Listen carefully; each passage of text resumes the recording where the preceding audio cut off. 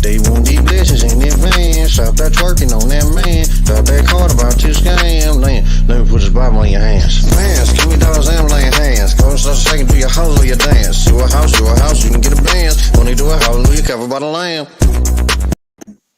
Greetings and what up, though? It's your boy Jason Jamerson, and welcome to the Jason Jamerson podcast. As always, I got my man's 100 grams, my man, cousin Kev BJ. What's going on, Kev? What up, though, cuz? How you doing? I'm fantastic. And today we got a special treat. I know everybody's been asking, Jason, you a trainer? When you gonna start talking about fitness on there? I want some fitness tips. I want this. But you ain't getting no free tips today. All right. You want some tips, you got to pay some tips. But we do have one of the few fitness professionals that I actually trust and value their opinion. I don't feed just anybody my clients or I don't throw clients or potential clients to just anybody. I make sure and know for a fact they're going to get what they're trying to get. And there's one of the few individuals that I know is going to get you to where you want to get to if you can't work with me. My man's Shaun Manning. What's going on? Nothing much, man. Just happy to be here. Just happy to be here. Happy to be here. That's all. He took the NFL interview course. That's exactly what that was. Just wait to the end when I hit you with that good night and God bless. Shaun, what's going on, man? What's going on? Nothing much. How about yourself? Oh man, I'm fantastic. I'm fantastic. So let's start at the beginning. At the beginning. All right. Because Shaun actually does a lot of things. He is not just a personal trainer. He's not just a business owner, but Shaun is an actor. He is an actor. So let's get to the bottom of it. It's like the chicken or the egg conversation. What came first, the acting or the training? The acting. The acting came first. For sure. Okay, so let's start there. What got you into acting? I don't know. I just felt it was always something that I was put here to do. Always had a love of film. Always acted, if that's the proper way to say that. I'm thinking about, what was that Jamie Foxx said? Your grandma would tell you to act like you got some sense. So that was kind of how my grandmother. that was how she was. But that wasn't, I was just throwing that in there, but it just felt like something that I was always called to do. Okay. What were some of the first things you did as an actor? Some of the first. I was the Denzel of church plays for a while. Definitely, local, just limited to my church, but a lot of church plays, school plays, anything, all the intramural things that schools have, that was where it started. A couple of fashion shows, but Okay. So you Dylan, we got a comment. I'm sorry, Dylan. We're gonna get to your comment in a second because I have something to say about Planet Fitness also. But yeah. So you say you the Denzel. Were you like the was it them church plays like Tyler Perry style, where you was just like the villain? Or was it now actually let me ask you this. Yeah. Because I was in one church, I was in multiple church plays as a child, but one church play as I got older. And I came to find out that they literally only casted me for the role. I was a villain. The one time I ever played a villain. And they literally only casted me because they needed me to take my shirt off. Were you the shirt off cast, or were you just were you actually in there acting? They ain't just want you for your body; they want the skills too. Well, definitely acting. I'm not sure what church that was, but there was no shirt off scenes here. I was wearing a beater. I was wearing a beater, but there's still a lot of shoulder meat showing because the traps was trapping that day. Okay, well, yeah, no, this was when I was a lot younger, so I might have been one of the three wise men. Might have played Baby Jesus once. Might have been Joseph. Might have been Joseph once or twice. Wrote a couple plays. The name that I can remember was No Jesus No. And I was feeling myself so well to a point I wasn't even in the church play. I just heard all the acclaim from all of the members, and I said, "This is it. I am on my way to stardom." And clearly, that was not what happened. But but people up Jesus, until a no. couple years ago would ask me about that. Like, "Oh man, I remember when you and such wrote that play." Oh yeah, it was all right. It was pretty good. What was No Jesus No about? The only thing most church plays were about 20 years ago, bad gang decisions and some drug affiliations. So, it was like somebody was shot, because they were turning away from Jesus because at first they were saying no, as in N-O, Jesus. And then after the young man was shot and he had a, change of heart, and then it was the KNO, and then he began to know Jesus. If you see what I did there. I see what you did there. Yeah, so that see what you did there. And I had to be maybe 14, 15 when I wrote that, but Okay. But again, I'm definitely not saying it was nothing great. People just a natural I wasn't even there. Natural Christ Lee over there. I need to see the IMBD. I wish. I wish. More like a I'm trying to think of the churches. Michigan Chronicle. It was in the Chronicle. What was it? New Birth Baptist Church. So that would be where you would have saw all of that at. But no, definitely no Michigan Chronicle. Gosh. All right, so you did the church plays, you did the school plays, you Baby Jesus, Joseph 2 or 3 times. You retired from being Joseph. And what happened? What happened after that? Where did you go from there? I moved to Los Angeles. That was the best of times and the worst of times, and did some plays there. Did a ton of extra work.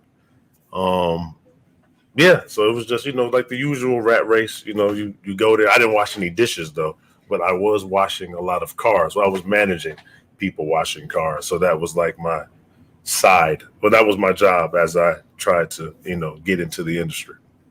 Okay, so you was a manager of a car wash place. Yeah, it's a crazy story how I got that job, but yeah, I was a manager of a car wash. We all for crazy stories.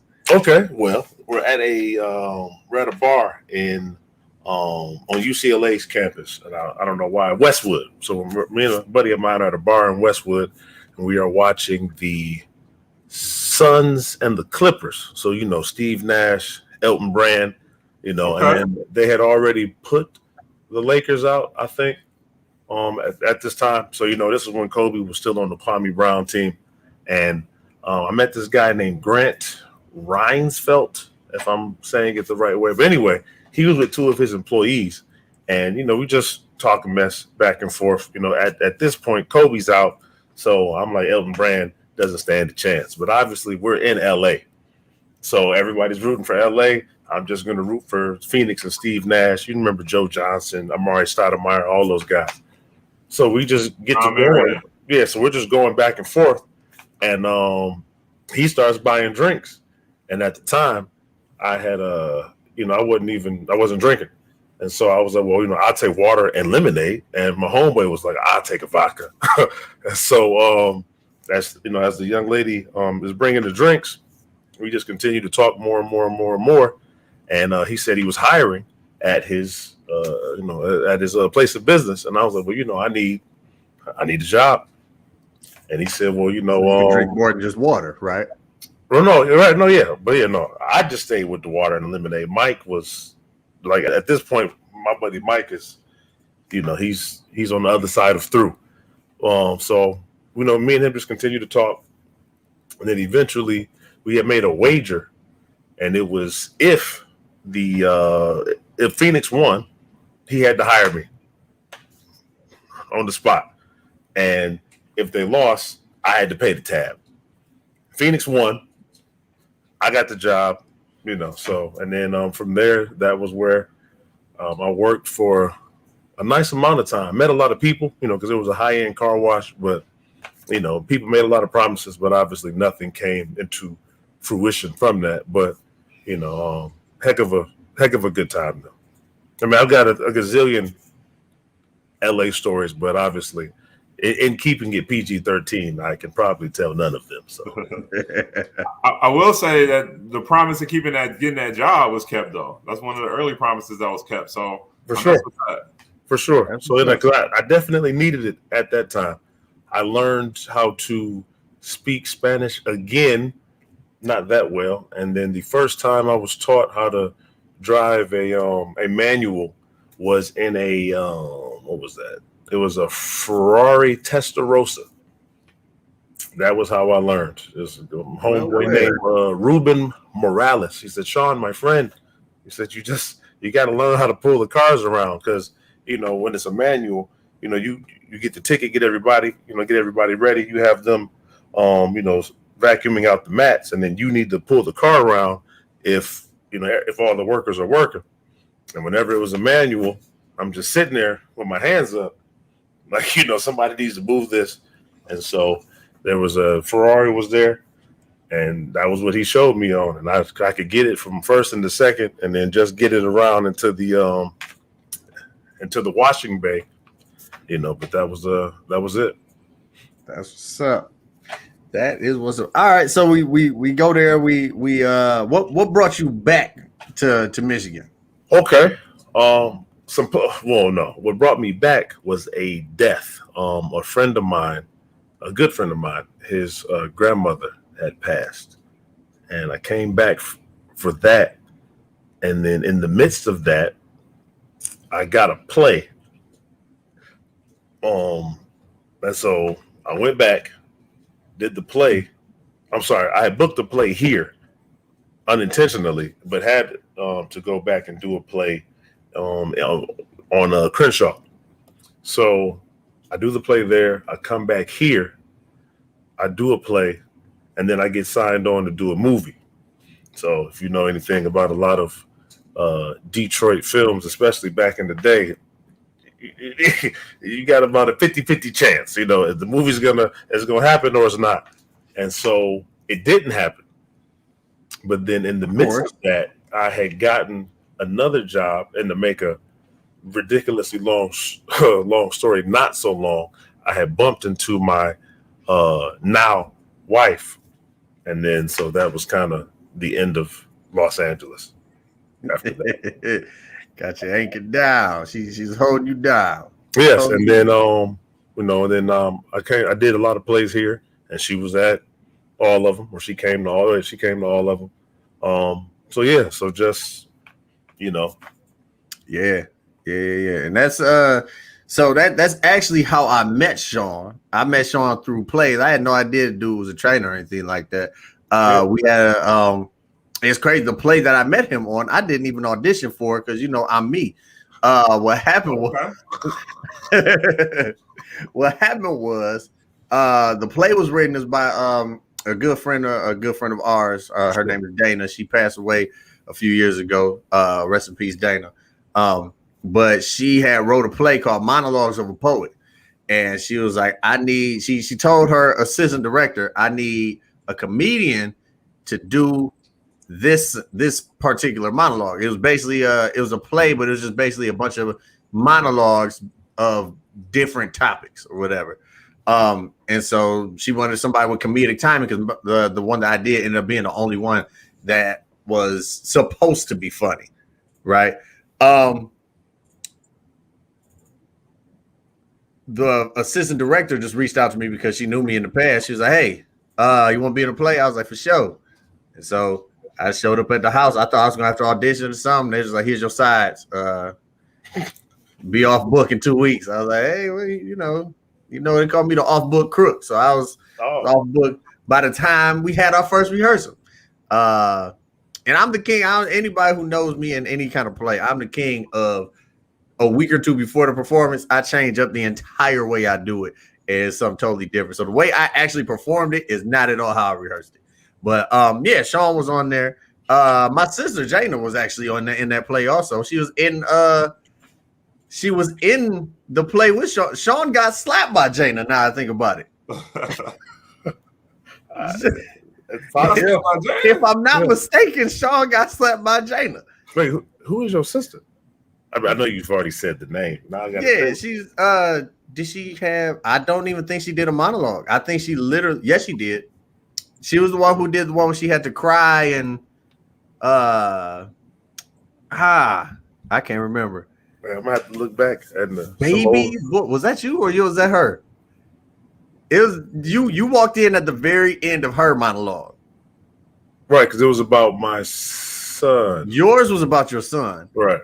Hers was about, I guess, the dude was cheating or whatever. You just so happened to be the dude. There's less play and more monologue. For sure. Right. For sure. So, she did the monologue, and then just to add the theatrical element, you walked in at the end. She walked past you, smacked you, and then walked out. I don't recall that. I don't know if you recall that. No. Oh well, it must not have been a time of smack. You know what I'm saying? Yeah, thought it was something in the air, and I just had to, Right. So yeah. So that's how I met Shaun, and from there, I have no idea how fitness wise we connected. But I know we did a few. We also connected off of our passion for video games and comic books and things of that nature. And Devontae too. And Devontae, the old co-host, before he got a job at Taco Bell and had to work overnights.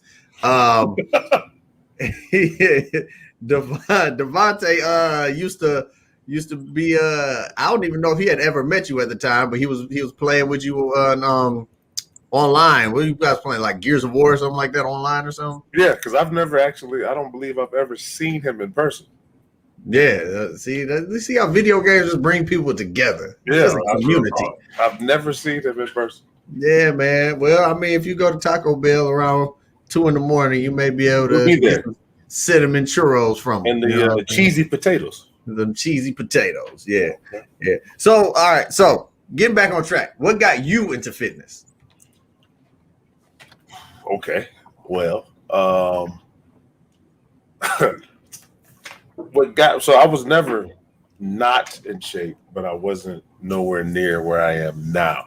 But so to make a crazy long story really short, it was about Tyrese. About Tyrese. So this story cannot be short. So, like Tyrese, like the singer Tyrese. Yeah, like Tyrese. So from what I learned early on is that especially in the industry, when you're a black man, there's only so many spots, right? And so to me, I felt that from a face standpoint, I looked better, but Tyrese was in shape, right? And now, well, he was in whatever Hollywood considers in shape, but I was not there yet. But Tyrese could also sing. So I knew I couldn't sing. So my issue was I needed to look better than Tyrese could sing. If that makes any sense. Like that was the thought. That was the thought that came through my mind. So while I was in Los Angeles, I had gotten like this hood gym membership, and I was doing 100, 200 push-ups a day, sit-ups. Like that was because, when you borderline homeless, there's only, you only have so much time anyway. So why not work out on yourself? Why not be the calisthenic king? And so my goal was if ever it got if ever it got down to it during an audition, and they was like, man, Shaun, you were great, but we got Tyrese here. And for whatever reason, in my mind, it was going to boil down to a shirt off battle. And I was going to need to vanquish Tyrese Gibson without question. And so that was what started it, to be honest. Like that was what. Let's see took his shirt off and hit some falsetto at the same time. Either one, either one. And then now when I look back as an adult and I think back to what I was thinking then, like Tyrese wasn't, he was in shape, but remember he was on the bus and he was singing and I was like, oh man, this the guy, because he was in Transformers, you know what I mean? So he had a nice momentum. He had, waist deep, but Baby Boy. And I was like, I got to do something. So, being on the cover of the magazine and being able to sell sell sex appeal better than he could sing, that was what started everything. Okay. So that got it started. What got you into being a trainer? I know you can't. I'm sure that was fast forwarding to getting you back home. For sure. A buddy of mine was working at Fitness USA, and they needed someone who could talk. And so the first person that he thought of was me. And so what my job was to be was I was going to facilitate, because remember, Fitness USA only had men and women's days. And so I was supposed to be the guy who facilitated both days. You know, like I was I don't even know what the position was supposed to be called, but like essentially I was just lying all day, you know, in regards to selling memberships. Oh yeah. And it just wasn't for me, because I would go to this gym, I would go to that gym. But I remember one time when I went to the gym in Dearborn Heights, they were like, the members were like, yeah, you can't be here. And I was like, no, I can be here. I'm supposed to be here. Not realizing, you know, the cultural differences at the time, as far as not being able to be seen by a man. So, but I was all over, like every Fitness USA, you know, in the state, you know, I was at some point supposed to be this hybrid manager who worked all different days, but it just, you know, just selling the memberships and just, you know, like I wasn't even selling fitness. I was just basically, it was about the money. Yeah. You know? And you're selling them the dream of fitness, or something, the idea of getting them shape. You know, and then I realized early on, so I was doing that, and then because I wasn't doing it, the lady was like, you know, Shaun, we like you, but you got to go. And the trainer coordinator was like, give them to me. And then that was it. And then ironically, while I was in Los Angeles taking, you know, acting classes and whatnot, I had gotten certified via for fitness as well. I had gotten a certification, you know, just again, it's LA, you know, everybody's vain. So I just had it, not even thinking when I got back here to use it. And I was like, I'm certified. And then that was when it began. That's what's up. Yeah, that's what's up. Yeah, I know that struggle. I know that job all too well.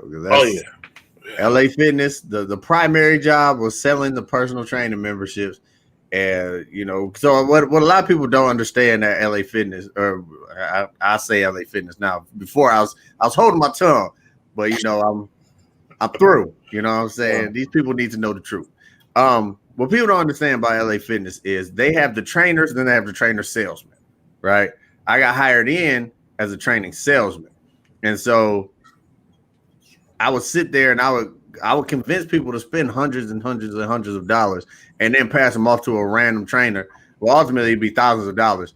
Pass them off to a random trainer, and 9 times out of 10, they were garbage. They were somebody who literally was like, all right, move your leg. Yeah, you feel that, don't you? Your knee bent? Mm-hmm. Yep, your knee bent. There you go. 2 more of these. And it's just like literally they knew nothing.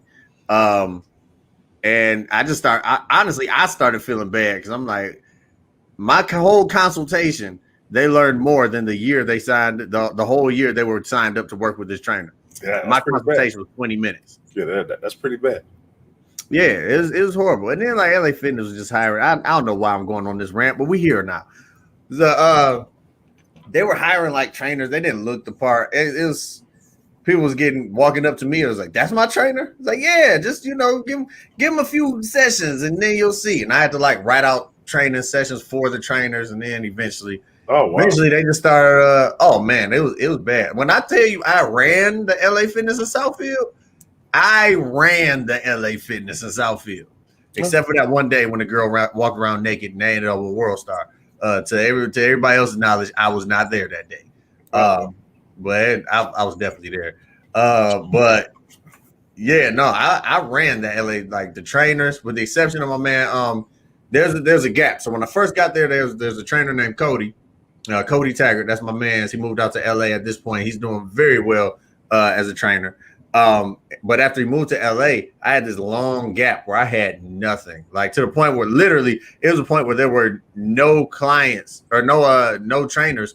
So I had to train and sell. And that's when I got the idea of why am I selling these people training and I'm only getting like 5% of what they're making. And on top of that, I'm sending them to a trainer that's not even good, or I'm selling them training, and my boss is telling me, "Oh, send them down the street to West Bloomfield," because my boss from Florida. He doesn't realize that Southfield and West Bloomfield are so far away from each other. So I'll just send them down to West Bloomfield. Was it like 10 minutes away? Like, no, sir, it's more like 20, 30 minutes away to get to that particular LA Fitness. Yeah, so, that one was kind of whack too. Oh yeah. Those two are very two different extremes. It's like you got the young black population, basically everybody who was at Fitness USA. Once it closed, they came over to LA Fitness in Southfield. Right. And you go to West Bloomfield, and there's nothing but old white people. Yeah, definitely a difference of clientele for sure. That's exactly what it was. But yeah, so I was over here, and I hope somebody watching this, because LA Fitness is gonna be mad. But I was telling people after a while, I just started straight up telling people like, when they would sign up, they would think they stuck in their contract for their personal training. You don't want to do that. You know what? If anybody is stuck in the contract with LA Fitness, DM me if you're trying to get out. I got the keys. But but no, I legit would just tell them the ways to get out right before because my boss was doing that first. He was like, "Oh yeah, just tell them they can sign up for 3 months and then do X, Y, and Z." And you're a man of the people. Hey man, I'm a man of the people. So yeah, it just got to a point where I was just like, yeah, I'm tired of them taking all my money, and I'm literally running this place to the point where like the VPs, when they came to town, they were scared of Southfield for whatever reason. They never came to Southfield. And when they did, I gave them a reason to be scared. I never wore my uniform. They told me to take my earrings out, and I told them, I straight up said no. I said the shine makes them sign, and then they just walked out, and they didn't come back since. So yeah, they hated coming to Southfield, so it was like my own little island. And eventually, I was like, I actually need my own little island. But then, I ended up quitting and doing comedy full time before the pandemic forced my hand back into training. But yeah. Quick question for you fellas. So both being personal trainers, is there a niche that y'all have, or is there like an expertise that you have, or within that, or is it really just based on the clients that you get, you're successful with them, and then they kind of drive a lot of traffic of that type of focus area? I guess I'll go first. In the beginning, after fitness, after Planet Fitness, and then coming to Elite, it was all about pageant girls. That was our claim to fame. Miss Michigan, Miss Petite, Miss Teen USA. That was the claim to fame. But then as that transferred over, I had a 2-3 year run where I was training the Lion Wives, and then from that point on to now, which even during this entire time, as far as my style, I've been CrossFit certified, NASM ACE.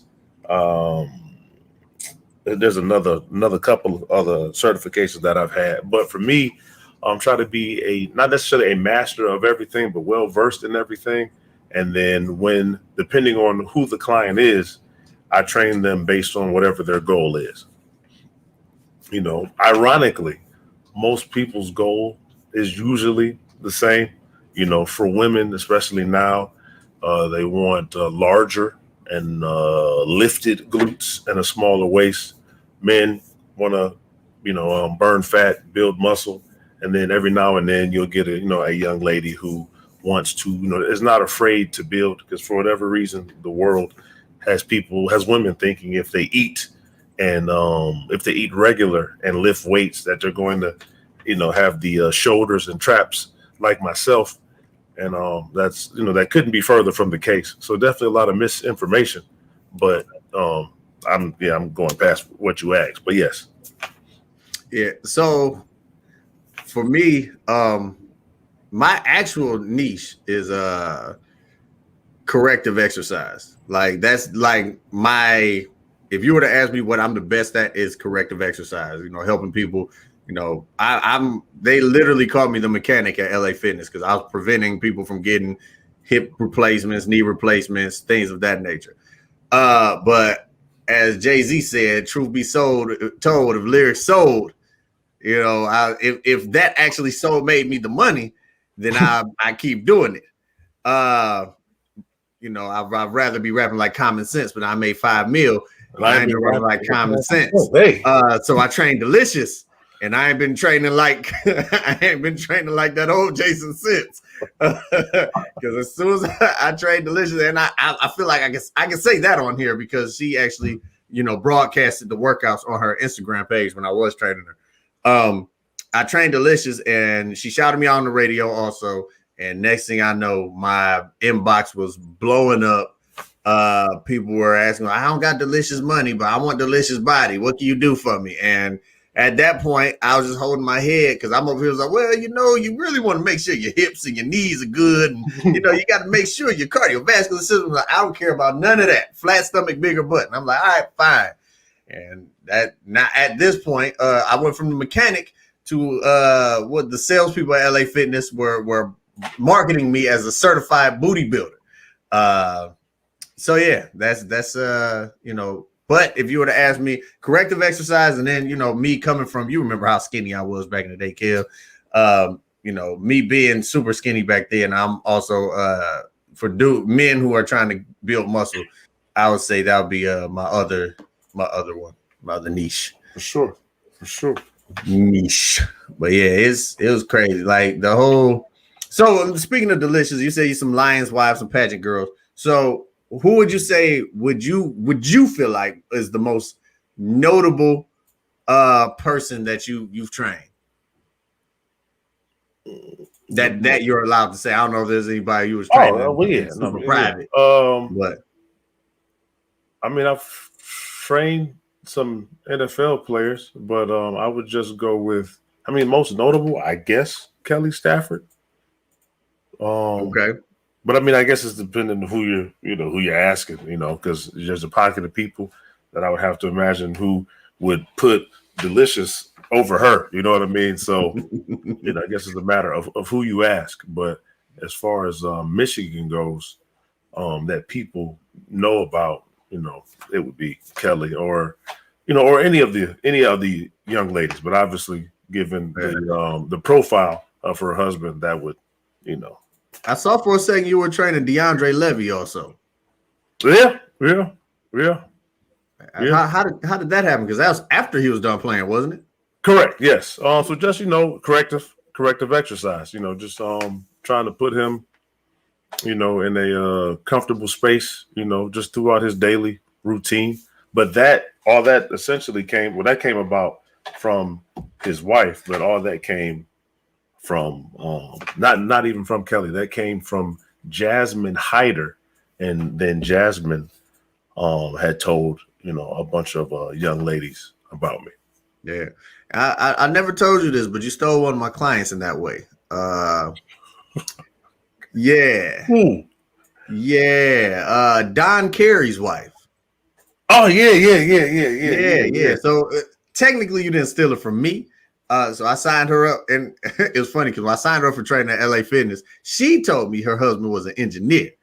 I did not know he was the engineer of special teams on the Detroit Lions at the time. Yeah. But yeah, I signed her up. Preacher. Yeah. So I signed her up. She was training with my man Cody, and she saw so much results in like the first. Like I said, I didn't know it was Don Carey was her husband for sure until like a little while after I started training her. She's just like super excited that she was losing weight. She was seeing results. She was like, "Y'all like the Lions? I'm gonna get y'all some Lions tickets." And so she got me and Cody some tickets to go see the Lions versus the Bears. It was a game in like December, something like that, which is perfect because one of the only sports rivalries that I feed into is the Lions and the Bears. I hate the Bears. There's not a lot of teams I don't like very much, but the Chicago Bears is one of them. So wait, why do you hate the Bears? Oh, I hate the Bears. Really, I dislike most teams in Chicago, mainly. And they brought me into this. Okay, Oh, okay. I didn't. It was nothing that I did. All I did was got off a train wearing a Tigers hat, and as soon as I got off the train, everybody in that train station was giving me looks, and 2 people actually said something to me just because I was wearing a Tigers hat. I was like, "Oh, I'm in this then." Oh, okay. I'm in this then. But the Bears also that even though it wasn't their fault, but it happened when the Lions were playing the Bears, the whole Calvin Johnson rule situation, when he caught the pass and you know they said he didn't complete the catch. That was clearly a catch, and because it cost them a game against the Bears, I've hated the Bears ever since. Man, I'm sure that costed the Lions their road to the title. Is their first game. It killed the morale of the team, you know. And then for the rest of the season, they were just like, if only we had that game. The whole world's against us, and then they just, you know, it killed the morale. You know how momentum goes. If it takes that many games to break your morale, and well, you know, in the NFL, you know what I'm saying, it's not a lot of games, so it's like, oh man, we just lost that game. We only got 15 more games that we can win. You know, it's not like the NBA when it's like 82 games. You can afford to lose a game, right? Games, bro. You know what I'm saying? Like, but yeah. So I was she gave us the tickets, or actually no, she had her husband drop the tickets off and got us some Lions shirts, like some official shirts from their practice or whatever. But I was in the back training somebody when he dropped them off, and she kept texting me like, "Hey, go to the front, get your stuff, go to the front." But I'm like, I'm training right now, I'm at work, and so she wanted him to meet me at that point in time, but I didn't. So we ended up going to the game. We sat in the seats right behind her. She was wearing a Don Carey jersey. Still didn't put 2 and 2 together, and Don Carey, it was like a special teams play, and he missed. She was trying to keep the ball from getting to the end zone. He missed it. I yelled something out to him, and she turned around like, "You know that's my husband, right?" And then everything just started clicking all at once. And I just looked at my man. So I was like, "Dog, that's Don Carey's wife." And I didn't charge her the amount of money I should have that I know she got now to train. I gave her a discount. I mean, she said he was an engineer. Yeah, but she said he traveled a lot. So she was like, she didn't know. Really, the real reason she ain't want to sign up at the moment was because she had no idea in the off season what was about to happen. And so she wanted to wait till after the preseason and training camp to see if he was actually going to be on the team. But I didn't believe, you know what they say when people say, "Oh yeah, I'll be back to sign up." You're like, "Yeah, okay. I ain't never going to see her again." But yeah. And then they transferred me to the LA Fitness in Troy.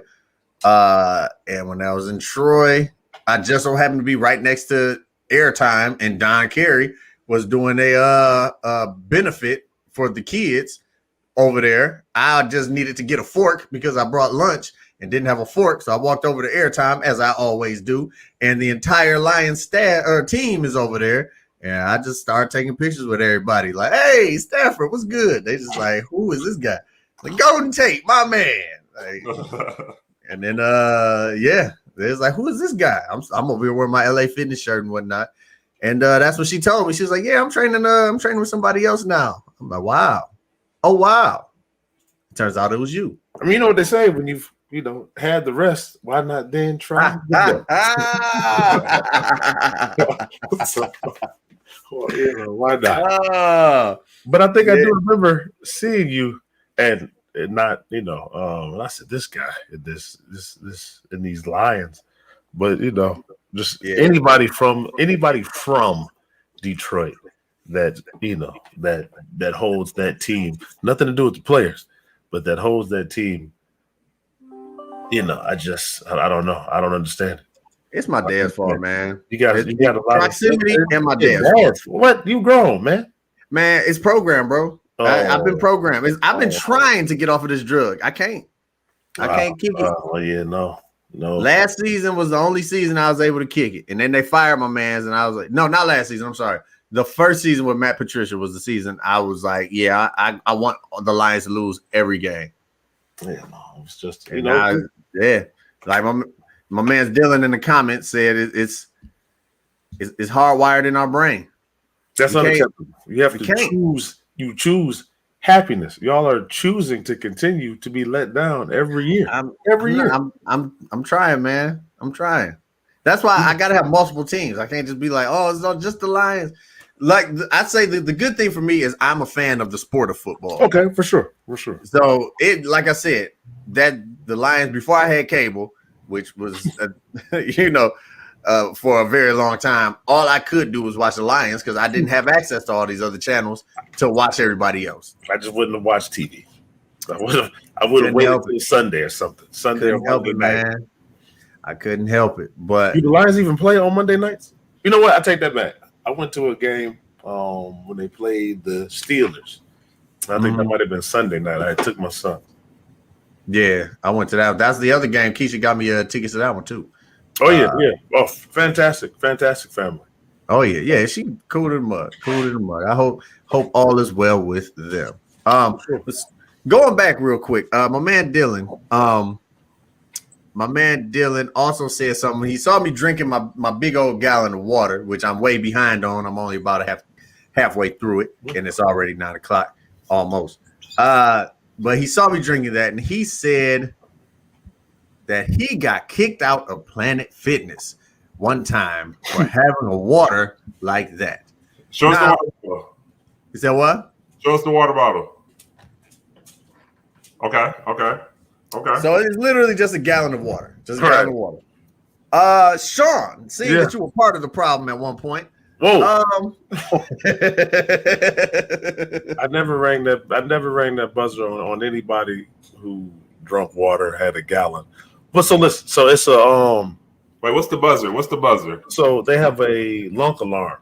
And the lunk alarm is if someone is essentially dropping weights. Now, I'm gonna say this. They don't have any weights in there worth dropping. Right. So I believe at the time when I was for the two to 3 years I was there was nothing more than 70-pound dumbbells. So there is no reason to be dropping the weights. But if you did drop the weights, they'd have this buzzer behind the front desk and they would now it is scare everybody to death. Yeah. If you bench pressing, you might drop the weight on yourself. Whatever people on the treadmill tripping because it comes out of nowhere and it's doing more harm than good. But go ahead, continue. But there might have been a couple times where I just sat back there and just let that thing howl for no reason. But it just made everybody wonder who it was. No, they knew what were they gonna do? What were you gonna do? Nothing. But at the one in Farmington Hills, it was, I was the maestro, and so the lunk alarm didn't really get rang a lot, when I was there. It was a kick butt and take names atmosphere.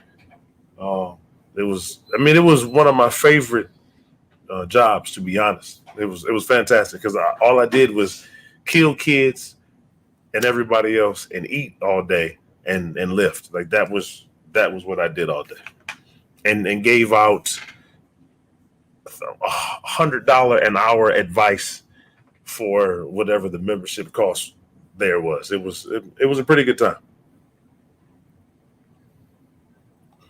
Good. Shaun, one question for you. Yes, sir. Earlier you were talking about Tyrese was the goal. Tyrese changed your mindset. Yeah. Tyrese and not Will Smith or, what I'm saying, I don't know, some other well-to-do brothers who are multi-talented, multifaceted as well. Yes. Like, why Tyrese? Why him? Because Will wasn't never really in, he didn't really get in shape until I Am Legend, right? So that was when you said, okay, Will Smith worked out. Because this was before. No. Because he was dark skinned. Yeah. That was why. It's because he was dark skinned. Because, obviously Denzel was older. And then Tyrese and I are, he's older than me. But, as far as Hollywood goes, we would be cast for the same role. So. Yeah. Going back to my Planet Fitness slander. Okay. My man Dylan said, I'm a skinny white kid that at the time weighed about 160 pounds. Hard to think I was offending anybody one day. Well, I don't know what location it was. Like I said, the one that I was at, we won, you're not about to ring that buzzer for somebody who doesn't deserve it. But yes, depending on which Planet Fitness it was, which state it was, there have been people that have been kicked out. You know how like when the guys used to cut their T-shirts down here, if there was a nipple showing out of here. Well, I'm sorry, they wouldn't kick you out. You would get a warning. They make you put a shirt on. Right, you would get a warning, and if you chose to not put on the shirt, yeah, they would kick you out. Yeah. But yeah, for dropping weights, I've seen people or heard about people getting kicked out for grunting, for whatever reason. Because for them, it was a no intimidation zone because they cater to the, I don't want to say 99%. I say they cater to the 95%. Yeah. Because I definitely walked in with a store-bought tank top, and they told me I was showing too much skin, and I had to put my dad's shirt on. You don't want you intimidating anybody. Yeah, and then I also they rang the alarm on me because I was about to put 245-pound plates on the Smith machine, which is nothing. But as soon as I put that on, before I even started lifting it, they rang the alarm. I had no idea who they were ringing it on until I looked. And they were looking me dead in the face and told me to come over there. Yeah, you should have just came to Farmington. You would have been fine. I mean, obviously, I don't think we had met then. But had you been at Farmington, the one on 12 Mile and Middle Belt, you would have been good. I mean, it was the closest thing. Like, I mean, we had some crazy workouts there. Like, it was as far away as I could get it from a traditional Planet Fitness, when I was in there working out, because I had a crew of guys who were from the area and they were all bigger guys. Oh yeah, it was good times. But that was all day from the time I got there to the time I left. It was eating and lifting, eat, lift, kill, eat, lift, kill, eat, lift, kill. It was glorious. But then my wife became pregnant, and I needed to make a more financially wise move. And so it makes sense. How are you doing that? So you're multifaceted within your career. You're starting a family as well. I know Jason is doing the same thing. Like, how do y'all find balance within kind of pursuing your dreams and your passions and your skill set, right? Also, doing what you need to do and what you want to do, which is spending time with your family and providing. That's a great question. So for me, when I first started my gym 4 years ago, technically I started maybe like 5 to 6 years ago, but I opened going on 4 years ago. Obviously, which is why it is a great question. Sacrifices must be made. And so at the time I had taken, finances or time away from my family to give to the business, to build the business, to just to get it started. This is before I'm even open, to get it started. And then when it came to doing projects or plays, if I'm at the gym all day, it's hard to be at a rehearsal, because if everybody's rehearsing and I don't get there for the last 30 minutes, it's not fair to the cast for me to just slide in, whether I'm off book or not. I'm not the one at the rehearsal. So I took a step away for a while, and ironically, Dana had asked me to be in a film, but she we couldn't finish it, because she had passed, and then I had to get back to focusing on family and gym, and now that the gym is on the verge of really running itself and being decent, I can now turn back to film. So it was family first, it was business and family, and then now especially since the pandemic, I got a lot closer to my family, obviously with us being in the house for those months at a time. So that was the balance. Acting kind of just got pushed to the side, and it was family and getting the business going. And then now that the business is going, that can then take care of itself, and then I can move, film back into second. And depending on, how big of a push the wife lets me make, maybe, have it be 1A and 1B so I can get where I feel that I belong in the industry. Okay. Yeah. Training won't leave me alone. The game won't let me go. Like I said, I quit LA Fitness to do comedy full time. And, I did my comedy show at the Redford Theater, successful. I'm like, I'm out here. It's time. I'm about to be out in LA every other week. I didn't want to move out there because I really do not like being in LA. I can understand that. Yeah, I definitely was about to just be like, I'm about to go out there like for a week, every 3 months or so, just so people can see my face, they recognize me. And then, I'd just be traveling. And then the pandemic hit and they was like, nah, sit your butt down. And I was like, all right, I'm doing these Zoom shows. They ain't what I wanted them to be. But next thing I know, I'm like, you know what? Everybody talking about they gaining this weight sitting at home. Let me just get on Facebook Live, work out in my basement, and have people follow along. And that's exactly what I did. People were following along. Then they had to start going back to work. And at that point, I was like, you know what? Let me see if people want to train with me one-on-one. I got a football field down the street from a crib. So they started training with me one-on-one around at the football field. I had like 2 or 3 people at first. And next thing I know, between them telling people, their family and friends, well, oh, you got somewhere you can work out? Well, how much you charge? Or people just walking around the track of the football field. Now I got like 13 people, and I'm like, I can't just not train these people when it get cold outside. Right. And so from there, one of my clients had an office space. I was able to, she was like, if you can make something happen here, you good. We can make something work. I said, if I can fit a bench in there, I can make something happen. And so I bought a bench. I was able to fit it in there. And it's funny because right after Shaun said he wanted to call me right before I got into the hospital. But right after I got out the hospital, I was like, all right, I'm going to have to start looking for a new place because 1, I needed more space. And 2, my lease was about to be up. I only signed the lease for 1 year. And right when I was about to start looking for a new place, Shaun called me up. He was like, hey, how's your gym doing? I'm like, it's doing good. I'm about to need a new place to train at. I'm about to start looking. He just started asking me a bunch of ominous questions. Like what are you looking for in the gym? How much space do you need? And I'm like, telling him all this stuff. He's like, why don't you just come train over here? I was like, listen, bro, I ain't working for nobody ever again. I'm my own boss. He was like, I ain't asking you to do all that, fam. I was like, oh, my bad. You ain't deserve all that energy. And so, he was just like, come on over here, come check it out. I went over there and everything I said I wanted, I needed in my new space. That's love. I had it already, and I was just like, bump it. We out here. And I told him, the another thing that sold me on going over there was just Shaun's overall vision with how he looks at fitness and what he wanted, the end all be all with his facility to be and how he wanted to run. I'm like, that's exactly how I want my facility to run.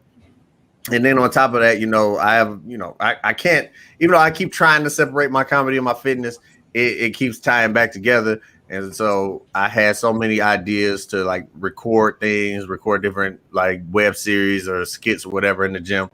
And Shaun being the actor is like, you know what, let's do it. And so we've been on it. I wish I could have put one of the skits we did up on the intro to the podcast, but There wasn't nothing wrong with put a Bible in his hand. That was all right. Save a baby, man. That's save a baby. But yeah, man. That's one thing that I like when I looked at it, I was like, yeah, let me go over there. And so I knew it was a God thing right there. Cause I'm like, ain't no other way that he just calls me out of nowhere. He was, I meant to call you when you was in the hospital, but I didn't think that was a good time. No, not at all. I was dying. But hey, yeah. If he can make it through this, he can make it to the dungeon. So, if he survived COVID, he gonna be all right. So yeah, man, I'm a survivor, man. I'm a survivor. It's all my life I had to fight. But yeah, man. So we getting close to an hour, man. there's so many things we said we were going to talk about before we started. But there's at least we got two options. We got two things we can talk about. One or two. We can either talk about Kanye, or we can talk about that potential comedy versus battle that was thrown out there. That it got thrown out a few weeks ago. Haven't been able to really talk about it because of the way the conversations have been going with the guests, which is cool with me. But so Damon Wayans challenged or said he would be Dave Chappelle in a versus battle. So, but he called him out. He didn't say he called would him out. do All that. right, that's what I thought, but I wasn't exactly sure. All right, his exact words were, "Dave Chappelle, I'm calling you out." That was his exact words. Has Dave Chappelle responded? Not to my knowledge. Not to my knowledge.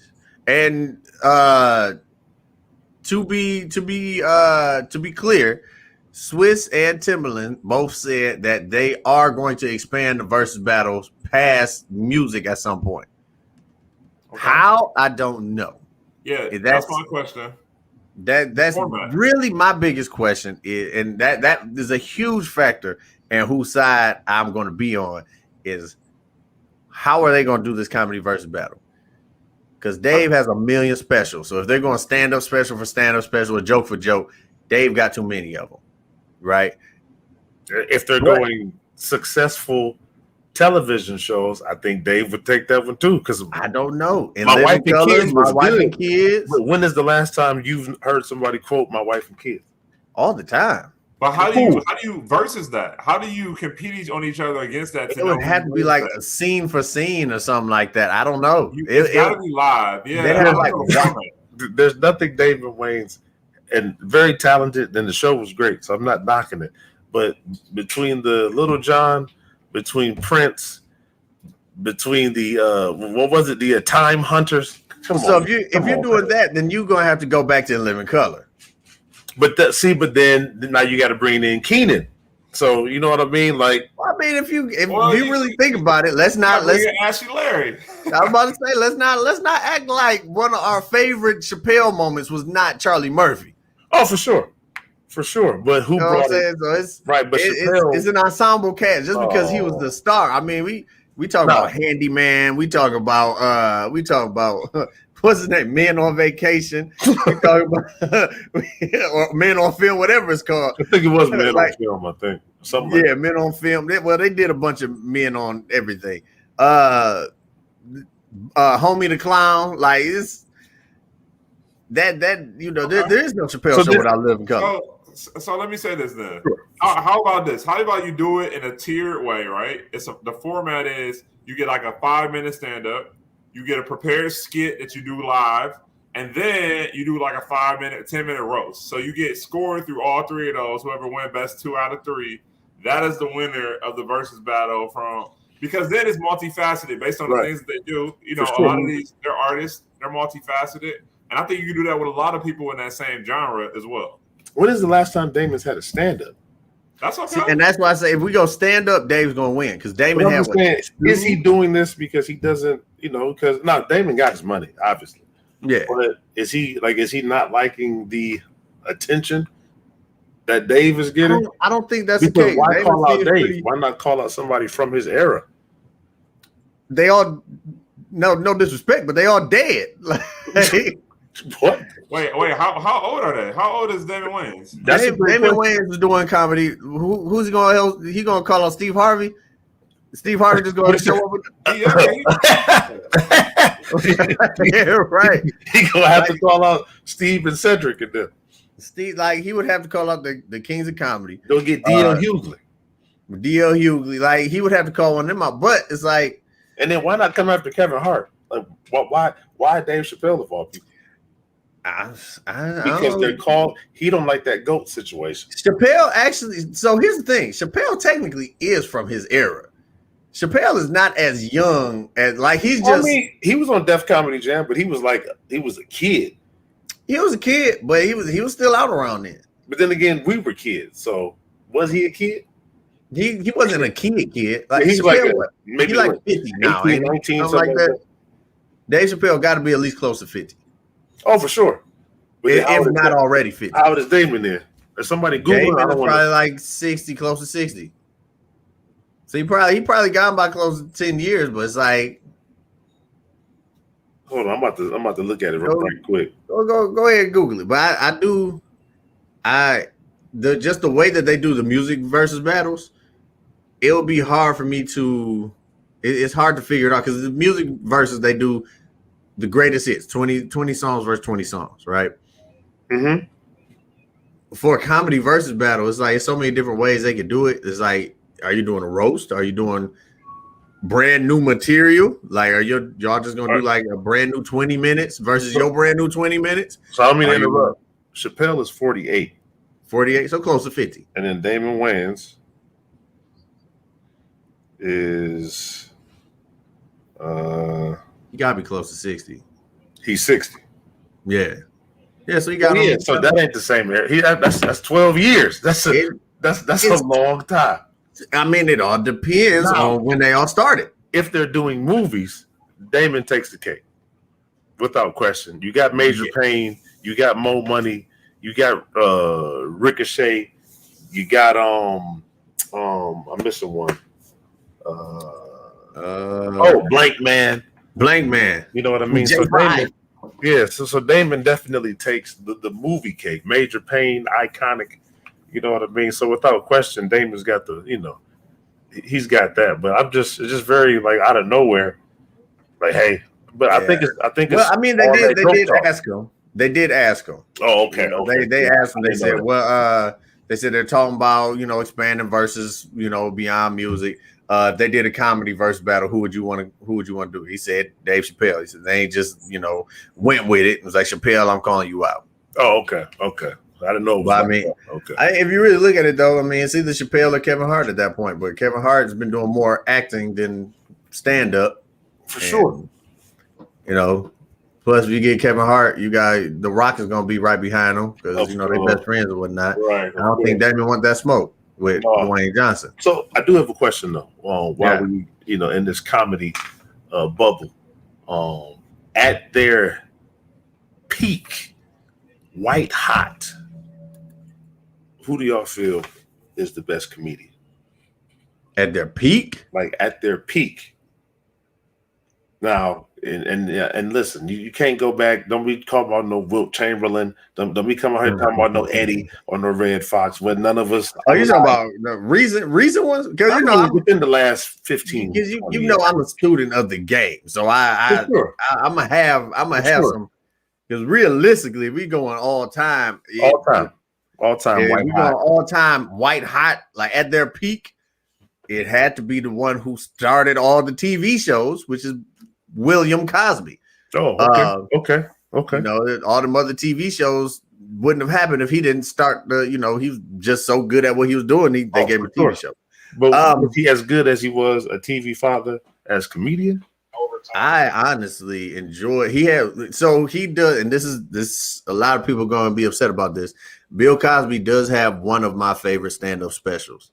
It's called Bill Cosby as Himself. Oh yeah, that was a classic. That's a classic. He sits in a chair and he says everything that a regular person goes through. No, it's not celebrity problems. It is not hood problems. It's anybody who is. If you've been to the dentist, if you've known anybody who's pregnant, if you've been around any children, it's like it's relatable on every level, and it's like and that's why white people could laugh at it so much because it was for everybody.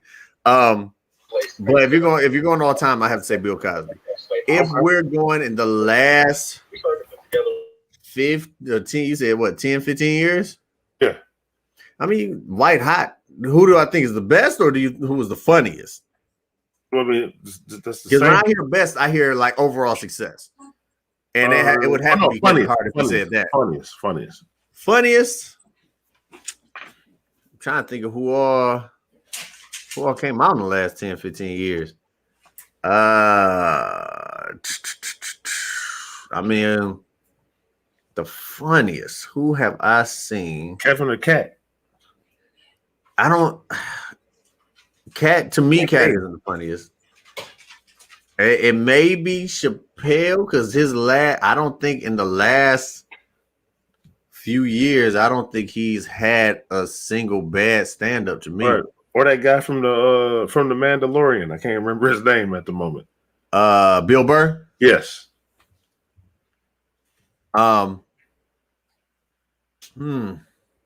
He had a, I don't know. So, all right, Kev. Kev got to jump. Kev had to jump out of here. But me and Shaun are gonna finish this conversation real quickly because I did not give my answer. I gotta give my answer before we get off. But this is a tough one.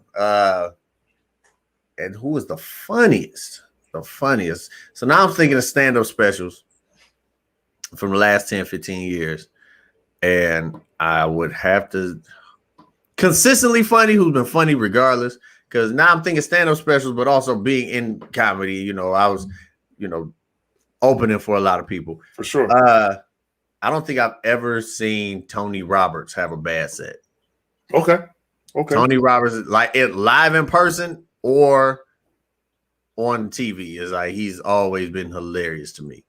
So I'm gonna go Tony Roberts.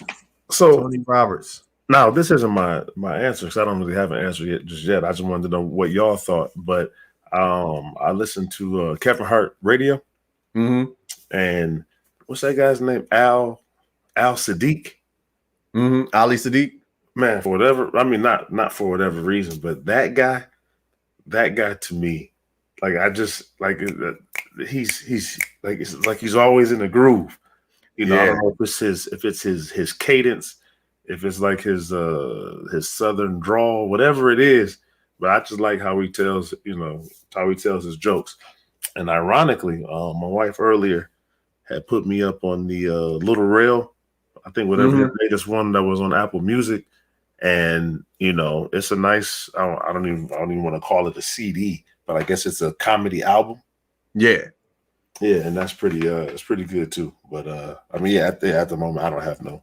Yeah, I would have to say just me personally, just from seeing Tony Roberts, he's hilarious.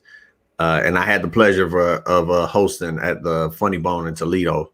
While he headlined for a weekend. So that was awesome. And that's why seeing them all, what we do, 5 shows together. I sat out there and watched every show and laughed just as hard every time. Dude's hilarious. But all right, Shaun, it was a pleasure having you. Pleasure was all mine. Let people know. I don't know if you got anything coming up, or if you want people to know about you. If not, just let these people know where they can find you on the social medias, or if they wanted to get your assistance. My IG is Shaun Trains, ShaunStrain, S Shaun Trains, and that's on Instagram. And stay healthy, try to stay fit, because health is most definitely wealth, especially with all these, with all these viruses and whatnot going on. You definitely want to keep your health. That is 100% correct. Priority one, for sure. Priority one. So, as always, y'all can find me. If you're watching this on Facebook and YouTube, you already know where to find me because it's right here. Everything backwards. It's right here. One day I'm gonna get on the first try. But then wait a minute. If we doing that, then put my. Oh no, you got something right there. If when this is over, if you put my IG tag right there, it just ding. You know what? I got something better. Ding. I got something better for you, my brother. Let me know when you're gonna do it so I can throw it up in the air like that. It's not gonna be up. It's gonna be at the bottom. It's gonna be at the bottom. Somewhere. Here we go. Does he know what the tag is? Because I barely said it right. So.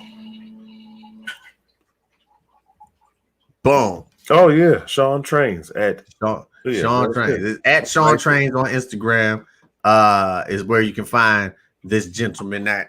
And I'm the Jason Experience. Same thing as you see right here. It's just smushed together, no spaces. I do have some comedy shows coming up. I'll be posting flyers shortly. I believe I'm at Parts and Labor with Melvin. Well, you know what? Just follow me and you're gonna see. Follow me. Can't let everybody get all the free stuff right now. But thank you, Shaun, for coming on. Look forward to having you on again at some point in time. For sure. Thank you for having me. Yeah, and so everybody else watching, thank y'all for watching. If you enjoyed the show, make sure you like, subscribe to the page, comment, share, tell a friend to tell a friend so we can all just get it in. And other than that, I'll talk to y'all next week. All right. Peace. Wait, Yeah. before you go. Good night and God bless. Told you I was going to slide that in there.